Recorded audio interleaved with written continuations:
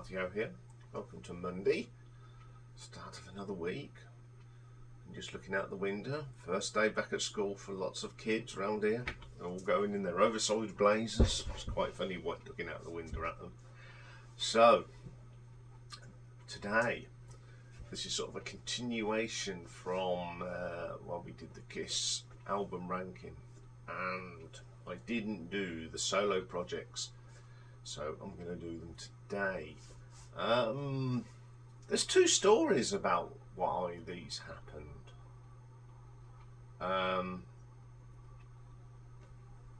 They said it was a part that one story says it's a part of the record deal they had to make these solo albums, but Kiss themselves claimed that the solo albums were intended to ease the rising tensions within the band.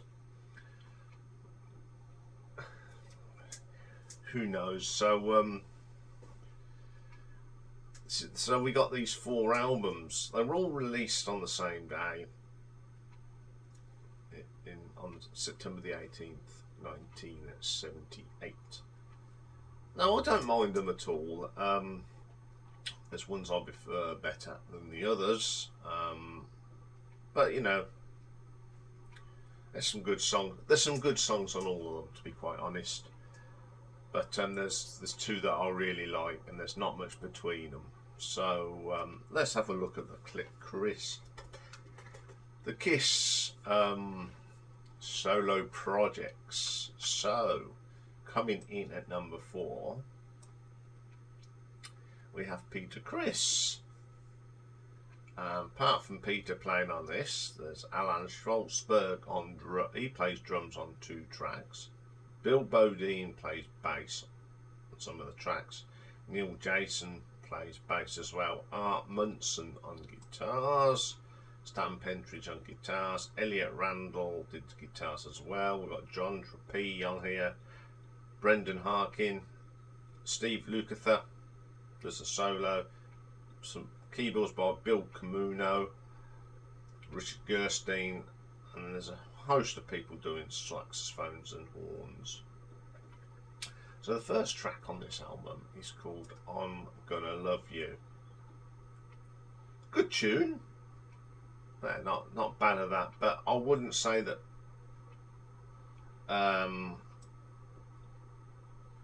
Peter Criss is the best singer in the world.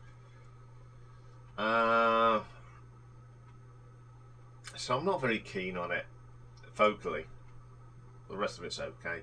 You Matter to Me, this is a poppy disco thing, and I'm not a great fan of that one, I'm afraid. Tossing and Turning, now this sounds a lot like classic Kiss to me. It's just got Peter Criss singing on it, and he's a little bit weak. Don't Let Me Down, this is terrible. He just hasn't got the voice and the range to sing these sorts of songs, and that's that. You know, he's a little bit out of his comfort zone on that one. That's a kind of like a Sugar Papa likes. Best song on the album. It's got a really nice guitar solo in it and riff. It's not a bad track at all. I like that one. Then we get Easy Thing. Very melodic and very boring. There's nothing good about that one. Rock Me Baby. I think Elton John would have been better singing this, because Peter just hasn't got that range. Kiss the Girl Goodbye. It isn't too bad. It's quite a nice tune actually, I don't mind that. Hooked on Rock and Roll. I love the horns on this. Love the piano. I don't like the vocal. I Can't Stop the Rain. Again, the only thing I can say about that one is the guitar solo. Okay, out of the 4 solo albums, this is the weakest one, I think. It's pretty lame in places. There's 1 or 2 good 3 tracks on it, but it's one that I very rarely put on because I just find it a little bit wishy-washy and not consistent. So I'm going to give this an RTO ranking of 2 out of 10.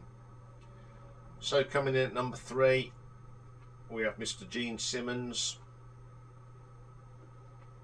So you've got Gene Simmons on it, Neil Jason's on this, Elliot Randall, Alan Schwartzberg on drums, Sean Delaney on percussion, and then Ron Frangpain arrangements of the members of the New York and Los Angeles Philharmonic Orchestras. Lots of people on backing vocals. Eric Troyer, who went on to play with ELO Part 2, does piano and vocals. Got Steve Lacey on here, John Shane Hall, Richard Gernstein, Joe Perry plays guitars on Radioactive and Tunnel and Love. Bob Seger lends some backing vocals on Radioactive and Living in the Sin. Rick Nielsen guitars. Helen Reddy does backing vocals on True Confessions. Donna Summer as well does backing vocals. Cher does some spoken word. There's all sorts of people on here. So the first track is Radioactive, a typical Gene Simmons song with a bit of piano on there. It's a little bit different. It's not a bad track. I don't mind that one. Burning Up with Fever. This starts, it's got that aggressive 1, 2, 3, 4 from Gene, and then it gets all gentle. It's not what you expect from Gene Simmons, actually. It's alright though, I don't mind that one. See You Tonight. Oh dear, I think Gene doing slow ballads doesn't work. He just hasn't got that voice to do that. It's more that rocky, aggressive sound that we're used to him singing while he's with Kiss. Tunnel of Love. It's alright, this one. It's a bit heavy. A bit more like it. Like that track. True Confessions. Not my cup of tea. It's the arrangement. Gene's vocals alright, but I mean, this is the one that's got, I think, Helen Reddy. Yeah. Helen Reddy's just not a rock performer. It didn't really work, I don't think. Living in Sin, it's a pretty solid track, nothing wrong with that one. Always Near You, Nowhere to Hide, really lame for me. This just, I can't see this. Don't picture Gene doing this sort of song. I've always, Gene Simmons, the hard rock man. This is a bit more middle of the road. It doesn't suit him. One Man of a Thousand Faces. It's listenable. I do like the strings in it. It's pretty nice, but it's just one of them tracks. Mr. Make Believe. Again, this is a middle of the road pop song, and it's just not very good. See You in Your Dreams. I like this track. It's my favourite on the album. He's doing something that he's more comfortable with. Good rock song. And the album ends with probably one of the worst versions of this song I've ever heard. And it's probably the worst track of all these Kiss solos. His version of When You Wish Upon a Star. It is just cringeworthy. Not the best way to end an album. All I can say is, Gene, stick to what you're good at, and that's just putting out good solid rock music. Raunchy songs. You're not a crooner, you're not a middle of the road singing. It's got some good stuff on it again, and it's got some very mediocre stuff on it. But for this one, I'm going to give it an RTO ranking of 5 out of 10. Now, when we come to these two albums, it was tough because I do like these albums, both of them, very much. But I think there was just one major factor that made me go the way I did. So coming in at number 2, we have the Ace Frehley. So you've got Ace on vocals, Anton Fig, who went on to drum with Kiss when Peter Criss left, Will Lee on bass, Carl Torraco doing some drums, David Lacey and Sue Collins doing some backing vocals, Larry Kelly backing vocals as well. There's a bell by Bill Scheinman on Fractured Mirror, and this is with for Bobby McAdams, Talk Box on New York Groove. First track is Rip It Out. It's an absolute belter. Typical Ace guitar work, sounds like Kiss as well. There's nothing wrong with this track. Really good, solid track. Speeding Back to My Baby, outstanding track. Great riffs, really good song. The vocals are a little bit iffy for me, but it doesn't really spoil the real energy in the sound that they're getting. Snowblind, good rocker. Anton Figg's drumming is great on this classic song. I love it. Then we get Ozone. Great bass line to this. And Ace doesn't do a bad job on the vocals. He's not a bad singer. Then we get my favourite track on this one. What's on Your Mind? You forget how much work and influence that Ace had when he was in Kiss. The backing vocals on this is some excellent guitar work. Really strong track from Ace Frehley. Then we get a cover of Hello's New York Groove, and it is a very good cover version. Very catchy, very funky, just like the original. Very good version. He's kept it into the true vein of the song, and it's a really strong track. Really like that version of that song.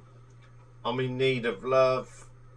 Just a good old-fashioned rock song. What you expect from Mr. Frehley on the guitar. Some nice riffs. Wiped Out. Again, Anton Figg's drumming on this is terrific. It's quite a bluesy rock track, and it's a great vocal from Ace. His best one on the album. And the last track, Fractured Mirror. This is an instrumental. It's a different sort of track, but it's got a really strong melody, some great guitar licks, little bits from Ace. Really strong track. This is a great album, and it's one I do listen to a lot. Ace's contribution to Kiss is really appreciated on this album. There's some great riffs on there. Some of the singing is a little bit off, but I do really enjoy this album, so I'm going to give this an RTO ranking of 7.5. So that only leaves one. Number one is Paul Stanley's. So joining Paul on here,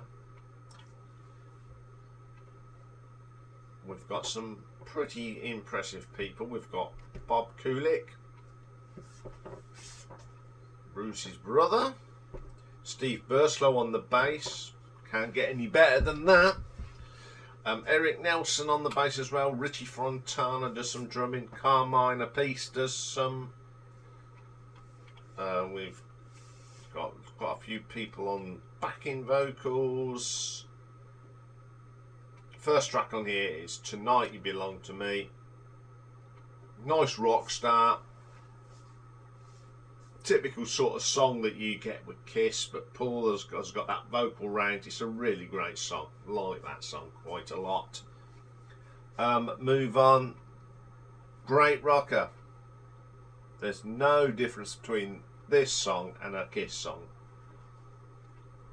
It's got that distinctive Paul Stanley vocal. Some great guitar work on this. It's an excellent track. Ain't Quite Right. A nice gentler rock track, but Paul has got that range, so he can do that slow singing, ballady style. Very mid, that very mid 80s, mid rough.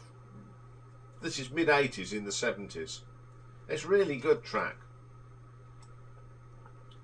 Wouldn't You Like to Know? A solid track. Again, great riffs. Great vocal from Paul, like that one. Take Me Away, Together as One. Love the start of this, it's very gentle. Then we get some great power chords. Terrific track. It's Alright. You forget this is a Paul Stanley solo track because you think you're listening to Kiss. It's that good. Hold Me, Touch Me, Think of Me When You're Apart. My favourite track. One of my favourites on here. It's a good vocal. Pretty strong. And then my favourite track is Loving Chains.